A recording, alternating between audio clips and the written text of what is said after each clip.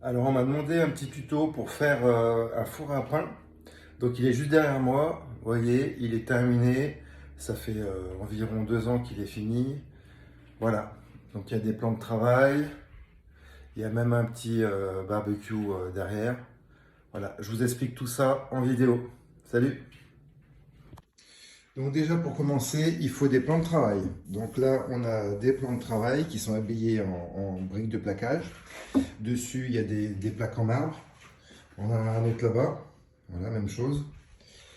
Là ici, on a notre dalle béton qui est ici à cet endroit-là. Là, on a donc le béton cellulaire et là, la brique de 5,5. On a un mur qui est habillé. Pareil, un mur en marron. Là ici, c'est un espace où je fais du fumage. Donc je fume de la viande ainsi que du poisson. Je les pends à des barres. Voilà. Ça coulisse et puis ça ferme, c'est hermétique. C'est le but d'un fumoir. Ensuite, on a les voûtes. Donc là, ici, j'en ai une première et j'en ai une seconde qui est juste là. Et entre les deux, j'ai un avaloir qui fait, ça se rétrécit d'un côté et de l'autre. Et ça va au niveau d'un conduit qu'on voit ici. On voit le conduit, c'est du 160. Voilà, donc comme ça, la fumée, ben, elle arrive là et puis elle est aspirée ici. Bien sûr, il y aura toujours de la fumée qui va sortir un petit peu quand on est en phase d'allumage, par exemple.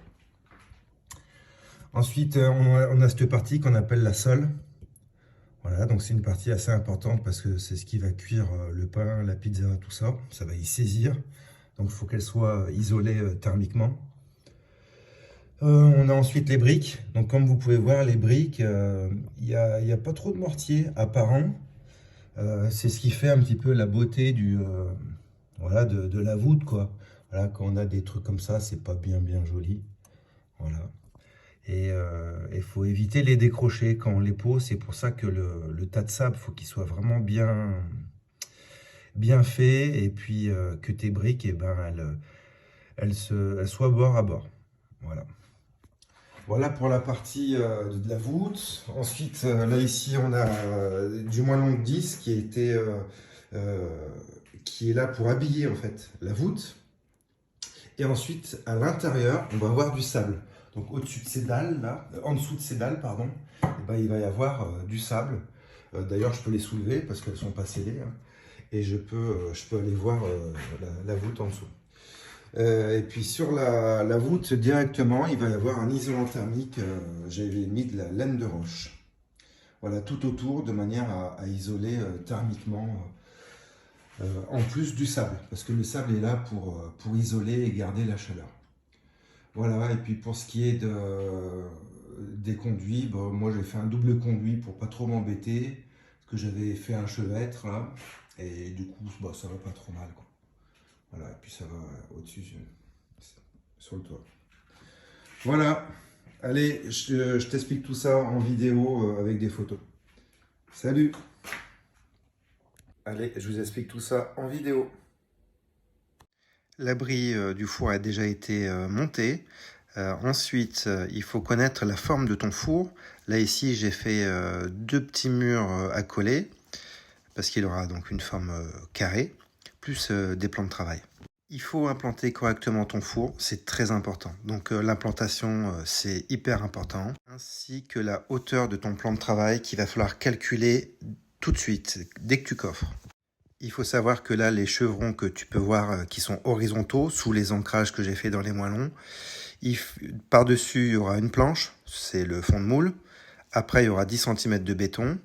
Et après, il y aura encore 10 cm de béton cellulaire. Et pour terminer, il y aura 5 cm et demi de brique. Cette brique, la partie supérieure, il faudra qu'elle soit à peu près à 90 cm de hauteur pour que tu puisses prendre ton pain, tes pizzas, tout ça normal, quoi. Voilà, comme un plan de travail. Pour le coffrage, il faut mettre donc les joues de coffrage, les buts, donc qui font office d'étaiement, et puis des coins pour pouvoir décoffrer facilement après par la suite une fois que c'est coulé. Pour ce qui est du ferraillage, il faut prendre au moins des barres de 10 et puis voir des chaînages aux extrémités et ancrer tout ça dans le mur, au moins de 10 cm. et que ça appuie sur les murs voilà, le plus possible. Il faut des cales aussi pour l'enrobage, donc environ 2 cm et demi, de manière à ce que quand tu coules le béton, on ne voit plus la ferraille, quoi. Donc c'est très important. La ferraille, il ne faut pas qu'elle colle à ton bois. Pour le coulage, il faut que ton béton soit dosé à 450 kg par mètre cube, qu'il soit environ plastique, et il faut bien le vibrer. Tu le tires à la règle, tu le taloches et tu le lisses, qu'il soit bien plat de partout.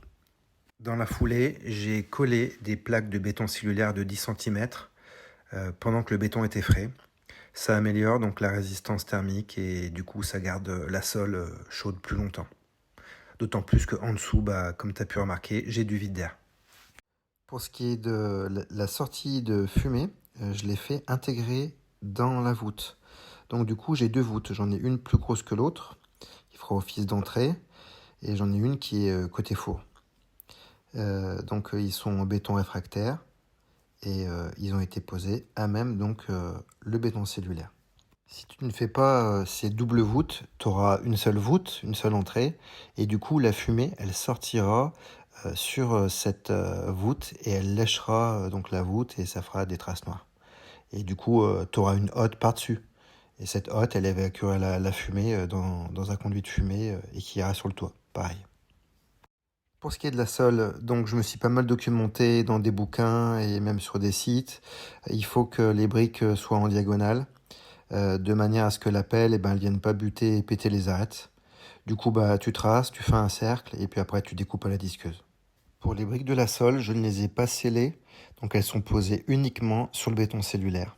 Les briques qui sont verticales, qui font tout le tour, elles sont scellées par contre, donc avec un mortier réfractaire. Et j'ai laissé un petit jour entre pour que ça puisse dilater. Donc là on peut voir l'espace entre les 2 voûtes. Il y aura un avaloir en béton qui rejoindra un tube qui va évacuer les fumées. Voilà, j'ai pris un contreplaqué pour faire une ébauche, pour faire mon gabarit, pour le coffrage en sable, pour faire la voûte. Il faut qu'il soit rond le plus possible et régulier surtout. Donc le sable a été tiré et les briques ont été posées. Les briques, elles se touchent tout le temps côté intérieur. Et côté extérieur, on aura du mortier. Mais sinon, il faut surtout pas qu'il y ait du mortier côté feu. Ça fera moins joli. Comme tu peux voir, j'ai utilisé des moitiés de briques. Et tu fais tes joints au fur et à mesure de l'avancée. Après, tu peux faire un crépi par-dessus extérieur que tu vas lisser de manière régulière. Une fois que tu as terminé ta voûte, tu attends 2-3 jours et tu peux décoffrer. T'enlèves le sable. J'ai monté des moellons de 10 tout autour pour pouvoir bourrer du sable par la suite. Avant de mettre du sable, j'ai mis de la laine de roche sur la voûte de manière à l'isoler thermiquement. Et ensuite, par-dessus, on met du sable. Du sable, j'en ai mis à peu près 6 ou 7 brouettes, du sable sec. Sur cette photo, on peut voir qu'il y a l'avaloir au niveau de l'entrée qui mène à un tube d'extraction des fumées qui est scellé. Voilà, une fois décoffré et nettoyé, ça donne ça. Là, petit dérumage. Donc le dérumage, c'est le fait de monter en température tout doucement le four pour enlever l'humidité. Il faut vraiment faire ça progressivement sous peine d'avoir des grosses fissures. Là ici, j'ai positionné le tube pour pouvoir faire donc un chevêtre. Là, j'ai mis le sable avec des dalles pour le dessus pour que ça fasse chouette. Là, c'est le coffrage pour le chevêtre. Là ici, je vais mettre de l'isolant aussi pour que ce soit coupe-feu. On découpe les voliges, on fait le chevêtre avec des chevrons et ça sort, la souche sort. Je fais 2-3 prises dans la charpente, je mets l'isolant et après on peut couler avec du béton pour faire le chevêtre. On tire le sable à la règle pour que ce soit bien droit, les dalles qu'on va poser par-dessus. Là ici on voit le coffrage du chevêtre.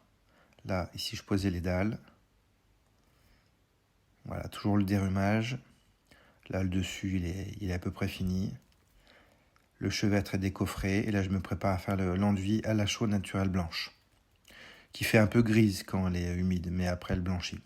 Là, ici, j'ai récupéré des feuilles de plomb pour faire l'étanchéité. Donc, j'ai mis ça en attendant. Et puis, voilà, avec le crépi taloché blanc. Voilà.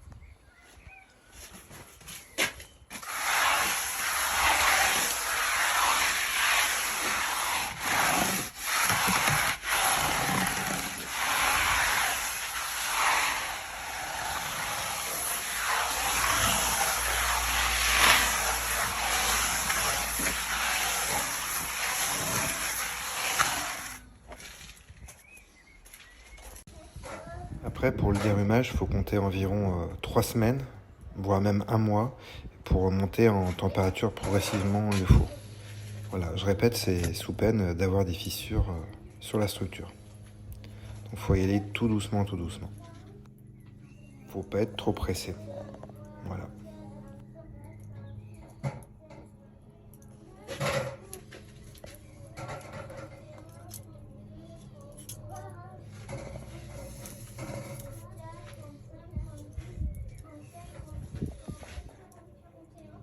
Du coup, en attendant, j'ai monté un petit barbecue à côté sur le plan de travail, qui ressemblait d'ailleurs, j'ai fait un petit clin d'œil à un four, parce que la valoir, je l'ai fait rond. Voilà.